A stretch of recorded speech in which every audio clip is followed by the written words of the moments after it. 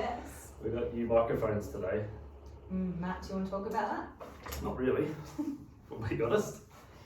So I sent Matt to do the microphones, that's his job. And we started off with headsets. And now we've moved on to these To be orange fair, and green we've- contraptions. We've progressed. Already.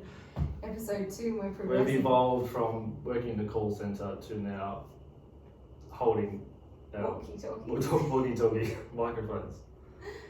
But that's where we're at today. That's where we're at. We work with it.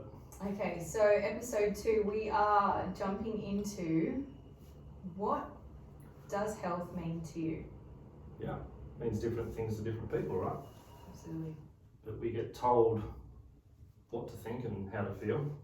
So if we don't feel that, then typically we need a prescription of something. If we don't fall within inside a certain parameter of norms, be it blood, calcium, phosphorus, whatever, then we need a prescription of something. But we all have our own unique biochemistry, we all have our own metabolism, how we, all these things play into it. So I have a question for you. Oh yeah, go.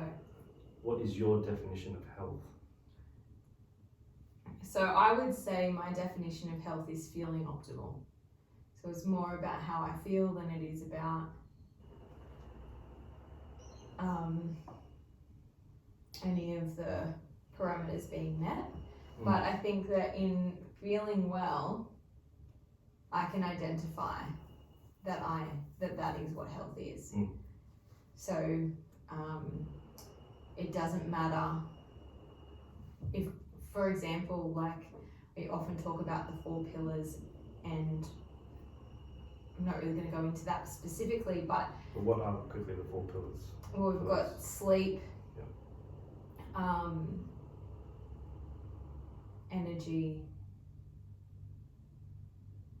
Oh, now I've lost my train of thought. Can you give me the 4 pillars? What are your 4 pillars?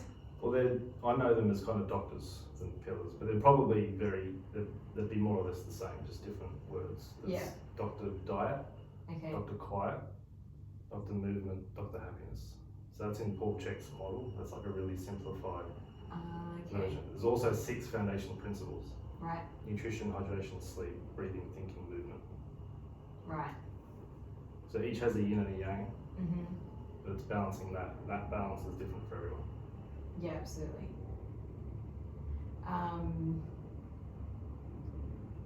Yeah, I can't really think. I'm gonna blame the baby. But where I was gonna go with that was more about. I mean, that's really cool. I think I've never really looked into the Paul's established foundations and things. But one of the big things that I find day to day is that people don't sleep well and they don't feel well. People don't eat well to their bodies and then they don't feel well. People don't relate well, so they're not in good relationship with people around them. They don't have or themselves. Yeah, absolutely. So they're not relating well and then they don't feel well. And then there's another big one, like energy, like it's not necessarily feeling energetic, but kind of having the motivation. So sort of like the motivation or the energy to actually live life and do life. Yeah, so for me that's kind of lack of a dream, which would be Dr. Happy. Dr. Happy. Or right. lack thereof. Yeah. So, yeah. But it's that driving force that gets you out of bed, either to the gym or to the farmer's market or just a different aisle in the supermarket, or having that conscious awareness to go to bed earlier and put the phone away or whatever that looks like. Yeah. And I think that's something that's really interesting because over the years of being more and more in the lane that I walk, I feel better and I am well. And then I realize that when I look at, people around me or patients or anyone, I'm like, oh, that's just not common. You don't just feel really tired, I better go to bed early tonight. It's still And that's an interesting one, actually. Push. Well, yeah, we're pushing, but also that's the sleep hygiene. That's like the sleep hygiene that they've been like banging on. So they're like, oh yeah, well, before I go to bed, I have to have my hour wind down. And that wind down includes, whether that's tea or wine, whether that's like going to the gym. Whatever your thing is. Yeah, whatever your thing is. And it actually, like, that's the process of like, and that's kind of like a really, it can cause ill health, but it's like part of their routine that they've kind of created, and they've got this like hygiene. And then I come in, I'm like, oh yeah, in bed by 9, like. You make it to 9? Yeah, sometimes, not right now, but most nights I make it to 9. But yeah, like being in bed by 9 is powerful. In Chinese medicine, we bang on about being in bed for the 9 till 2, one of the most potent hours. Those hours in the night are potent for yin.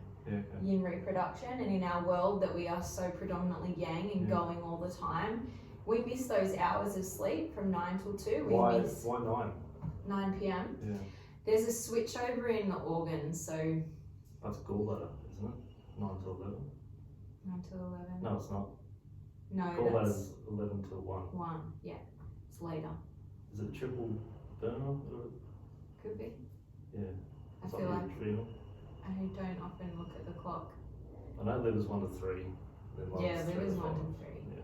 And then lung 3 to 5, but yeah, that time of the night, it's like, when you were younger and you wouldn't go to bed at that time, and you'd be like, didn't matter. You went to bed at 3 a.m. Didn't matter if you slept till 12, you felt terrible the next day.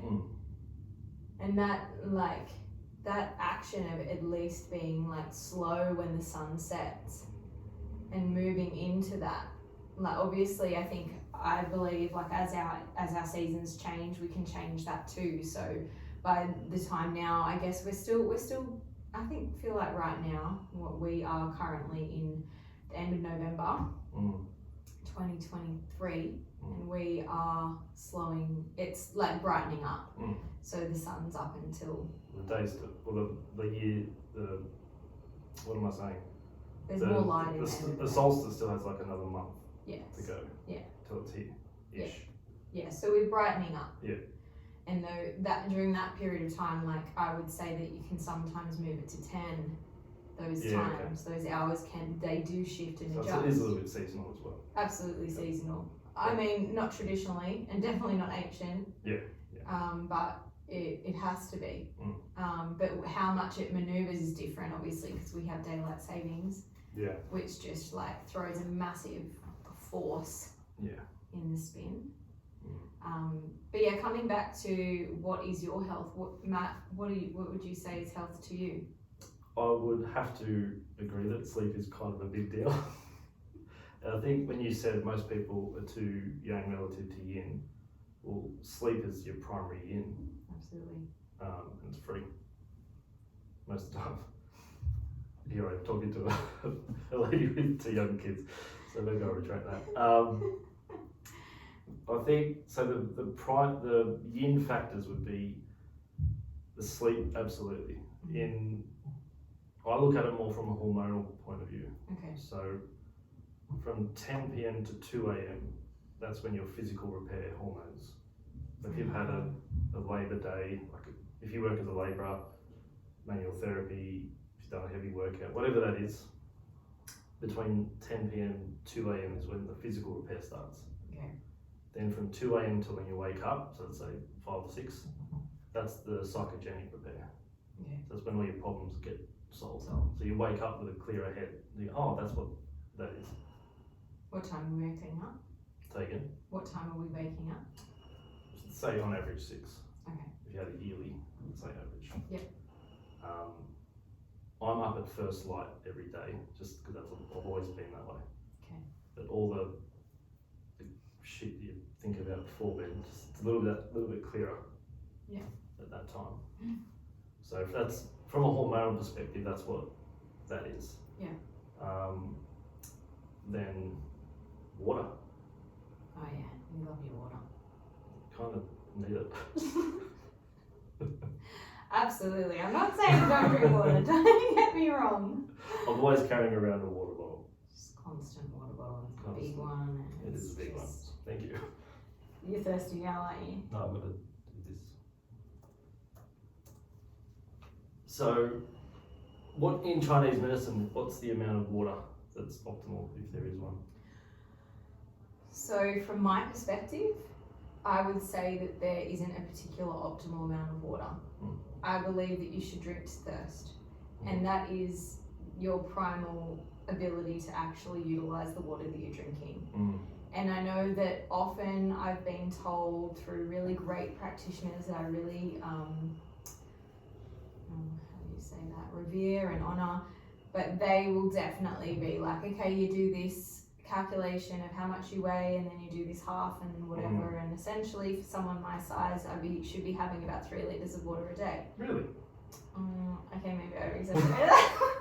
I can't remember exactly, but I think it's like at least 2 litres of water, Right. and I just don't feel that thirsty. I think other factors though, like if you're going to have your 7 litres of water, whatever it is, then you're also getting water from your food. Yeah. And drink tea. You can see through it. It's generally hydrated. Yes. So all that stuff does. Add in. And I often say that to patients, like it's all included. Don't think it's being wasted. But I also do think that there is a, when I'm trying to convert someone to drink a little bit more water, what I generally suggest is that, what do you normally drink? And sometimes it's like, I drink mainly coffee. It's often not water. Kind of the opposite of water. Yeah, often coffee and alcohol, Yeah. and then maybe a cup or a glass, a small glass of water a day. So I'll have 6 coffees. Yes. I'll have 1 glass of water. Yes. Yeah. And so often I will just suggest, how about we have 2 glasses of water, and let's see if you become more thirsty.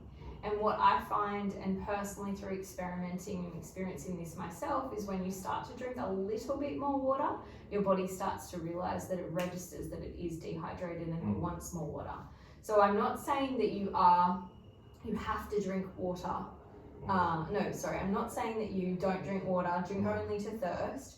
But when we're trying to kind of support your body into finding its health in a gentle and sustainable way, one of the best things is just to up it a little bit and see what the body does with that. And sometimes I'll find that sometimes I'll find that people will just say, I upped my water intake and I just wee all the time. And I'm like, well, to me, okay, let's see that. Maybe let's do that for a week and just allow the system to flush out what it needs. But if that's happening all the time, then that's not serving, and that's just clearing everything out. It's taking all the electrolytes out, but not fully. Yeah. So it's a really, my take on how much water you should drink is always drink to thirst, but then being really aware is probably, that's probably got to go to that first, before sleep and before drinking and before Mr. Happy and Mr. Quiet, or Mrs. It's politically correct world. Yeah. They. I mean, we could just have both of them, right? Yeah. Mr. and Mrs. or whatever. But in that, we've got it, awareness is probably your first step to health. Without awareness, and I think that's probably what both of us do. Well, that's bringing on a whole can of worms, which I think could be another one. Shit. It's making the unconscious conscious. Yeah. Because most people walk around unconsciously eating or having that coffee without even thinking about it. Driving to work without even knowing how they got there. It's kind of nice. Sure. So, with all that, it's bringing your conscious attention to yourself. Yeah. Some people for the first time in their lives. Absolutely. And they're 60, 70, sometimes older. Yeah. But if they're actually, I'm going to go one before that. What's before awareness? Willingness. Okay. Yeah. They have to be willing, they have to have a desire that's strong enough. Their desire. If their desire is not strong enough, then their desire to be, lack of a better word, sick. Because from a health definition viewpoint, they would be classed as sick. Yes. Like if you got the average person off the street, took them to the doctor, they did all the tests. Yeah. They're probably half dead. Or from a clinical. Or potentially we would look at them and say clinically they are not quite going so well. Whereas we'd say it nicer. The potential would be that you can keep living another 100 years somehow. And that's, I think, coming back to like, what is your health? Like, obviously this is really cool. Getting that real, like, you need to be willing to want a particular way of health. And I mean, if you want our particular way of health, well, we can help you and show you in that. But if that's not, mightn't be for everyone. No. And I think that's also like, there's like nuance and, you know, variation in that. But that is like kind of what is to have health in the way that we see and perceive health. You need to have a willingness for that. And then that willingness or that desire, a desire for something maybe different or a desire for something more optimal. And then from that desire, there's the movement into what I was talking about, which was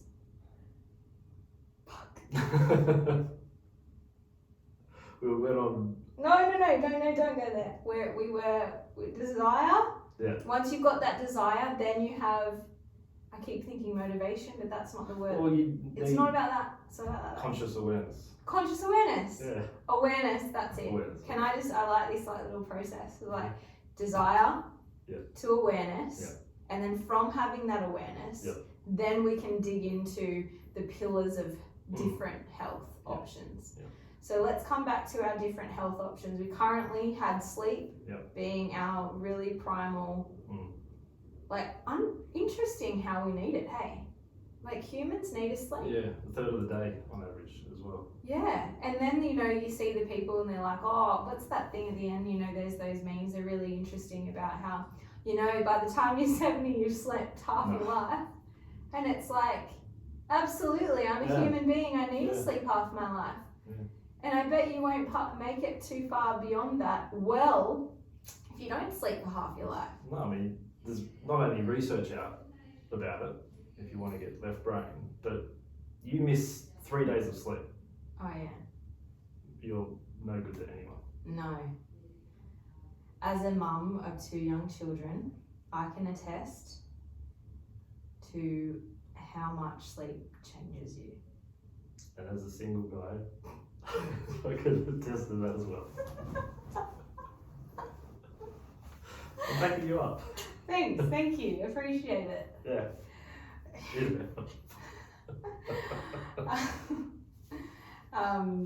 But yeah, okay, so we've got sleep as being really important as a human being, just in general. Then we've got water.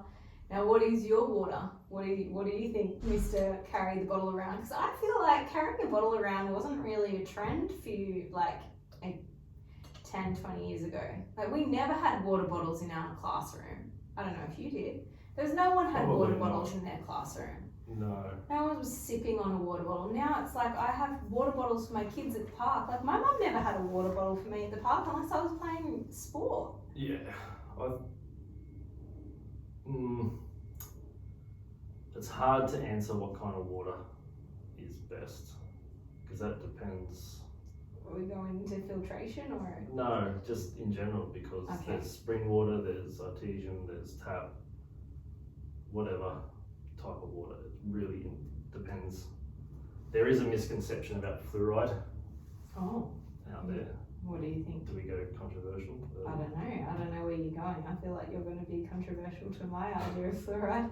Well, there's different types of fluoride. Okay. Fluoride found in tap water is sodium fluoride. Okay. Which is an S6 poison. Okay. It's a medical waste. Yes. There are beneficial fluorides, but they're not in the water that we drink. Where are those fluorides They found? come in lakes and rainwater and that kind of stuff. Okay. They're naturally occurring. That's calcium fluoride. Calcium fluoride rather than the sodium fluoride. Okay. Yep. Okay. Yeah, I get it. So if you are to drink tap water, how much tap water should you drink a day? That's your option. You're asking, okay. That's your option. We can have tap water. How much tap water should a person drink a day? So I can't pronounce his name, Dr. someone. It's in Your Body's Many Cries for Water, that book. So he uses, you kind of touched on the formula before. My great formula. It's your body weight in kilos Yeah. times 0.033. So I'm give or take 80 kilo. Okay. That works out to be about 2.7 litres for me. Oh, right. So you're like close to that 3 litre Yeah. mark. Okay. But you're getting your own information from. I just remember thinking, wow, that's too much water, but now thinking about it, so it's essentially a third of your body weight. It's half your body weight in ounces if you use that I measuring don't system. know ounces. So a third, 0.33 Ish. or 0.3 is. I actually don't know what that is. Hang on. How much? I weigh 50. 50. That, no idea. Oh, I'm glad you don't know either, but hang on, Hampus will be like laughing at me. That'd be less than 2 litres, I reckon. It's definitely less than 2 litres because 2 would be 60. Yeah. But okay, If so I- just less than 2 But litres. if I sweat for an hour, Yes, well then that's different. another litre on top of that. If I have a coffee, then that's minus a glass of water, typically, because you Okay. need water to flush it. Yeah. So I would do that calculation, and that's really at a base point. That's not gospel, because there's days I don't drink that. There's days I drink more than that. Okay. So that's like an aim ballpark average. Okay, so 0.33 body weight in kilos. Essentially a third of your body weight, but with a point. Decimal point. Decimal point. Different place. Yeah, okay, so that's your water intake. Okay, what's our next pillar? Nutrition. Okay, oh yeah, food. Do need food. Do you need food? Human body needs food Yeah. to maintain health and wellness. So everything, for me, this is my personal viewpoint on it. Everything that you do, say, and think comes back to the soil. Do, say and think comes back to the soil. Yep. We touched on the soil, you like the soil. I do like soil. Okay, Greenkeeper. it felt like you were going to die. Yep. But you enjoyed the That soil. was my golf balls, though, not the soil. Okay, soil was good. Alright, Yeah. so we need everything you do, say and think comes back to the soil. Alright, so coming back to the soil, Where does all your food come from? well, most of it comes from the soil. But the food that doesn't come from the soil, Has been Often impacted by the soil because in it's some way, shape, or form. human, an animal.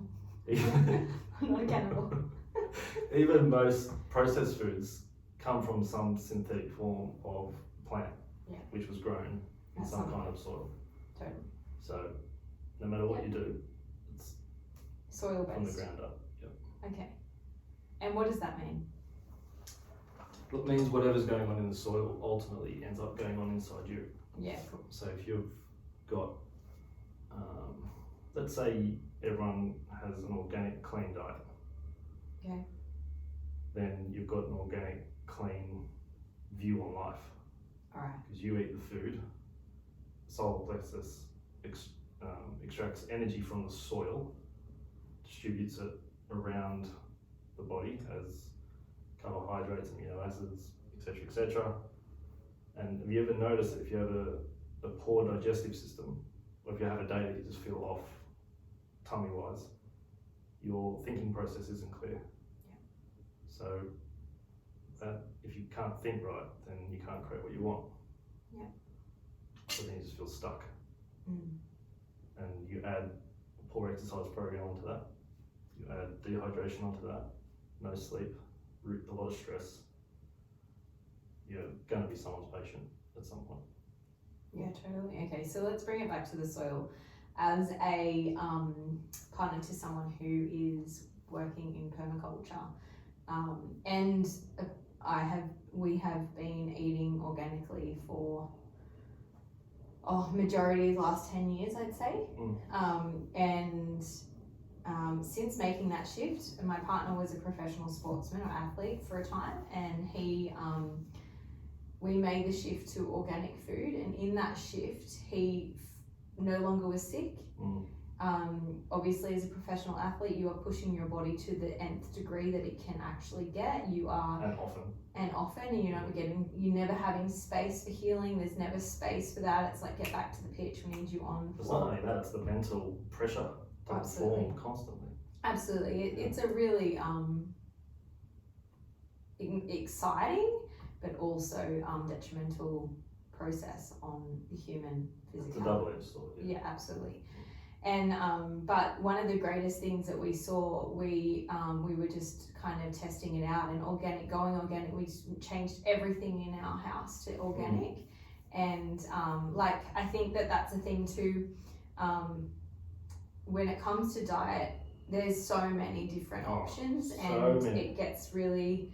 When I keep coming back to what I keep, obviously you can use specific diets, and this is not my greatest knowledge base, but from my perspective, like, you can use specific diets to get a specific outcome, but at the end of the day, the way the human form has been, a whole foods organic diet is always, and with variety, is always going to be number one. Simple. Yeah, and so when you talk about the soil, it's actually like one of the biggest things. I think that's from what I've overheard my partner talking about, but it is really important, and we are propagating all the time different plants and different things, and always it comes down to the soil quality, and sometimes we'll notice that plants aren't thriving, and we'll check the soil, and you can tell straight away that, this is whatever has been adjusted in this soil, that's not working, and then all of a sudden you'll get that rich compost that's being created through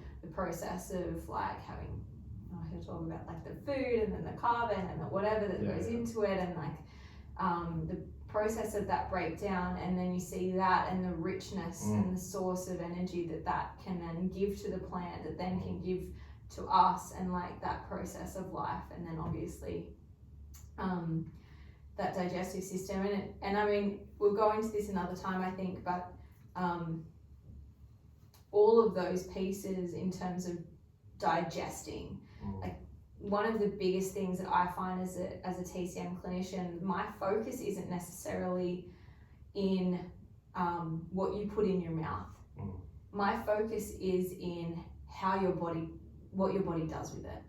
Because one of the biggest things for me has been in learning, like obviously having small children, I'm like wanting them to eat really well, and for a time I definitely was very particular and pedantic on that with my oldest daughter.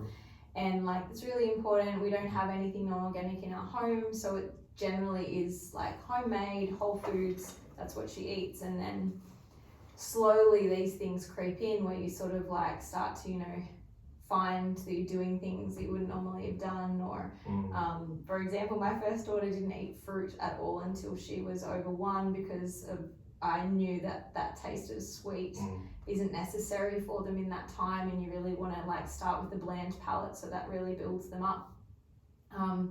Either way, that's my kind of own perception of that. And then what I identified was that over time, coming back to that principle of really trusting the body to digest out whatever it doesn't want.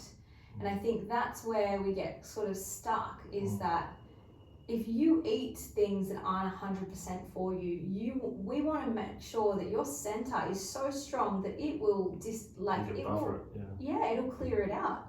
And I think that's where we get stuck with like all the diets and the ideas. It's actually not the be all and end all is what you're putting in your mouth, but it's how it's being processed, at least from my perspective. And then if I can help someone strengthen their digestive system, and they are doing like formed bowel motions, and they feel comfortable and clear, and they don't have the borborygmus, the sounds in the belly, they don't have the distension or the bloating, they start to move out of that. But then I guess I'll give you some space to add some more to the nutrition of life, but I do want to move into then the next pillar is the emotional pillar, and I don't know whether that sits in there, but it's like that is massive in Chinese medicine, is the emotional pillar. That would be a floating one, wouldn't it? It would go in and out of everything. Yeah, for sure, absolutely. But it is like if you think of it, like if you get your sleep, your hydration, your Yeah. food, even though the emotions like float in and out and exercise, like even though the emotions float in and out of everything, like those pillars essentially need to be rock solid. They're your concrete slab. Yeah. And that then means that you can form the house on top of that. And without that concrete slab, or I don't really want concrete slab, but like, whatever, like, your base, your foundation. That's exactly what it's about. Don't want a slab. You try I something know. new. Anyway, so anyway, coming back, that would be where obviously it's interlinked to everything, but it also feels like it is in itself, in our world, where stress is so prevalent, where we are trying to live a life that doesn't actually function for us as human beings. No, we're not designed to live the life we live No. in the Western world. No. Do you want to, was there anything more you want to touch on nutrition? Well, I think with the nutrition stuff, I got into the organic scene, we'll call it, because I was spraying a lot of pesticides on a golf course. I got sick. I just had this constant lingering runny nose, mild sore throat, just all the time. I didn't breathe out of my nose until I was about 20. Yeah, that's right. I went there. So, but as I was studying nutrition, and then learned about what pesticides do to the body. Yeah. And do you want to give us a bit of a... I'll give you a 101. That's like pesticides typically have, if I'm being 101, they're either neurogenic or estrogenic. Estrogenic, it boosts estrogen levels in the body. Okay. So that has a whole range of Mechanisms. effects. Yeah. One just being joint laxity, or affecting the health and the strength of the tensegrity of the joint tissue. That's just one. Then you have a neurogenic effect, which means it affects your nervous system, so it affects balance and coordination. Yeah. So that's just, you can't have a pesticide that's safe. Okay. Essentially, you get told that it affects you at like parts per million, so it doesn't have any effect. Yeah. But your hormones work at parts per billion trillion, I think, maybe even more. All right. So it can't not Right. have an effect. Anyway, I went to organic. Within 2 months, I could breathe through my nose completely naturally. It felt absolutely fine. Yeah. I haven't been to the doctor since I was 16. Haven't missed a day of work due to being sick, like actual sick, for about 25 years. Yeah. So it just works. Yeah. I mean, nutrition is a very important thing, but I think there's obviously other things that Layered. help that as well. I think as well, we can talk about how good organic or even better biodynamic is. But for the people who can't, they're not in a situation to obtain that. For me, I tell clients all the time, if you have a choice between either organic meat or organic veg, go organic meat first. Yeah. Because the animal has condensed vegetable nutrition into its tissue. Yeah. Then go to organic veg, then organic fruit veg, then you can go into your spices and all that kind of stuff. Yeah. But some people can't just go boom boom. Yeah, and I think it's really difficult. When we went organic, we did it in Sweden, and the numbers and all the things, I mean, the currency is really different, so it's 7-1 on a base. Right. So we were buying like capsicums for 40 crowns, and What's that? so 7-1. Can you do your maths? No. Or we know that? For 7, 14, 21, 28, 5, like $5. Yeah, right. But because it was 40 crowns, it didn't really impact me. Yeah. I was like, oh yeah, sweet, one capsicum, $5. Like I didn't do that computing. Yeah. I was like, oh, 40 crowns, okay, that's just the cost of a capsicum. Yeah. And I mean, obviously living in Sweden, you're literally importing every fruit and vegetable you're eating. So there's like... Is that year round they do that, or is that just I couldn't tell you, but I think it's year round most of the time because yeah, there's certain vegetables and fruits and things that you just don't get there, and then they come in randomly, and you're like, oh wow, that's from South Africa. Like, what are you doing here? But that's like another thing. Yeah, for sure. But that's another thing of like, of learning, like, you know, we probably shouldn't be living up in Sweden, you know, but we do. But probably nomadically, we probably would move south. But now we have our bricks and mortar house, and we've bought our block of land, and we stay where we are, and we just import all the things, and we just, you know, whatever we do. You've got to work 100 hours a day to get all the money you don't really need to buy shit you don't want, to impress people you don't like. That's the Western culture. Yeah. That's not how we're designed to live. No, and I think coming to that idea when it comes back to like whether or not you have the ability to go organic, like I think that everyone does. Because you can, it's a priority, but it comes back to that beginning. You have to have the desire and the want to have the awareness to then go into the pillars to actually want the health that we have. But that's our own, like, we think we're like, yes, our health is great, but at the end of the day, like, people might not want this. Maybe, consciously or not. Yeah, absolutely. Because some people are actually happier being unhappy. Yeah. It sounds a bit paradoxical, but that's the unconscious program running it, which comes back to the willingness or the desire.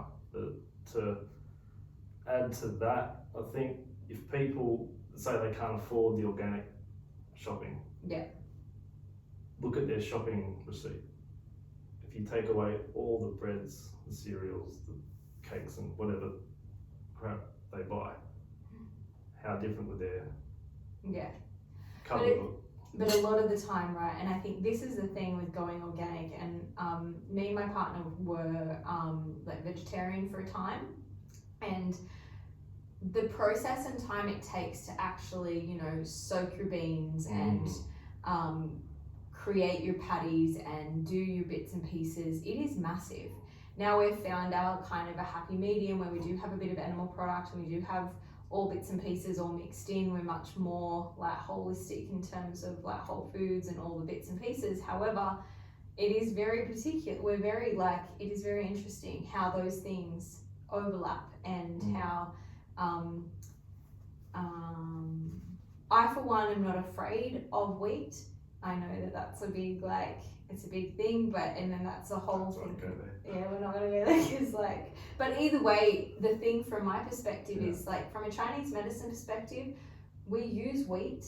It is one of the most potent fertility herbs that is really profound. In saying that, when we break it down and our bodies are incapable of digesting and we have weakness in our digestive system, well then we're not getting the power. But it also takes your life force to digest it, which depletes you further.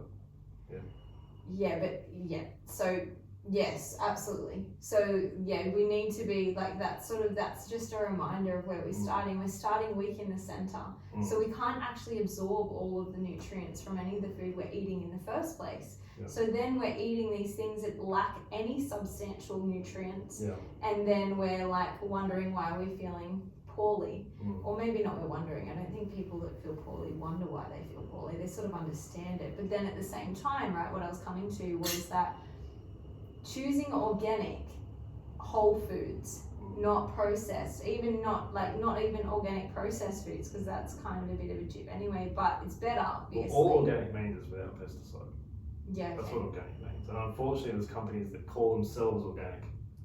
So they can up the price. But they're not actually without pesticide. Yeah. But the company, like, I remember, I think it was McDonald's or Hungry Jack's, one of them, years ago, said they used organic beef. Okay. But the company they got the beef from was called organic beef. So that's smooth. Well, it worked. Yeah. But what I wanted just to touch on was just that idea. It's a big topic. Yeah, but not just that, but like that idea of what your priority is, and that idea that I can't do organic, but actually what that comes down to is time. And the reason you can't do the whole foods and cook your own food at home and then eat your own food is based upon where you prioritize your time. And that is like a massive thing, because we don't have time to cook our own food anymore. We have so many other things to do. And yeah, it just becomes such a it's such a like conundrum of the human existence. But that also comes, I would swap time, the word time with priority. Okay. Because it's not only, it's been shown that organic has more nutrients per, whatever they measure it with, per gram of weight. But even if it's not more nutritious, it's cleaner. So if you were to picture, if you put your diet today in a glass, put that glass in front of your eyes to see the world. That's what you're seeing the world through. Okay. So I work with a lot of injured people. Yeah. So I tell them, whatever you eat becomes your tissue. Yeah. So we're breaking down 200 million cells a second. So think about that, 200 million, 200 million, Dead. 200 million, Dead. every second. We replace those cells with the raw materials that we have on board, Okay. i.e. nutrition. Yeah. So if someone comes with a disc bulge, well, do you want to make a new disc out of that Big Mac? Do you want to lay new tissue down with the cookies or whatever the thing is? Yeah. So whatever we eat essentially goes to that body part. So if we eat liver, it goes to the liver. Oh, okay. Kidneys, etc., etc. Flour. Goes to our flour. Perfect. Glad we covered that up. I feel like we need several parts of this one. Yeah. Yeah, so cool. So all that flour's going straight to our flowers. And flour's important. Very important. Before this gets better, we should probably do a part 2. Yeah, maybe. Anyway, I just want to kind of I think we're good with nutrition. I get it. Do you get it? I do. I've got the idea. I fully get how I'm meant to eat, and like the best, probably optimal way to eat to be healthy like you. Eating eyeballs, good eyes, teeth for teeth. So I get that. Solid. So I just want to reiterate again. So we must have a desire for the health that we particularly are talking about. We need to have that desire. That will then spark the awareness to allow us to be conscious. And that will then lead us to our pillars. And I guess the last pillar of this that we haven't quite touched on, but like we know filters through everything, is the emotional pillar. And you touched on before that some people like to be unhappy, like they're actually, and I would say that they don't actually like being happy, but they just don't know. It's foreign to them. Yeah, they don't know that they can feel any other way. There would be some kind of comfort in not feeling that, because maybe it's all they know. Yeah. So there is some sort of safety. Totally, and that's like anything, it's like a coping mechanism, and we could look at it from the perspective of experiencing trauma, experiencing the sense, like all of those things, and then we're moving from those patterns and all of those bits and pieces. Either way, it obviously is a really serious topic, and Matt is making it funny, but or laughing at it. But you can't. It's. You could argue that it is so important that it is laughable at the same time. There you go. And it's so misrepresented. Yes. By the entire food industry itself, because you think who funds a lot of that. You know, there's not a nutrition degree on the planet where they even go into the basics of soil science. Okay. All of the, I think it's 60% of doctors' education and like dietetic courses are funded by a big pharma. Yeah, right. So the information that you get really, that's where you've got to look. You've got to be aware of yourself. Indoctrination thing. Yep. So if you eat flour and your flowers blossoming, yeah, then it works. It works. Yeah.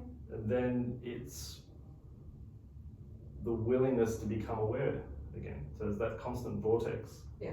It's always moving, and there is no such thing, in my opinion, as a superfood. Yeah. If you can effectively digest it, assimilate it, metabolize it, eliminate it, that's your superfood. Yeah, Your absolutely. body can actually use it. Totally. That's a superfood. Yeah. I dropped the mic, but these are new, so I don't want to damage them. Okay. Well, thank you for joining us for Okay. episode 2. Episode 2.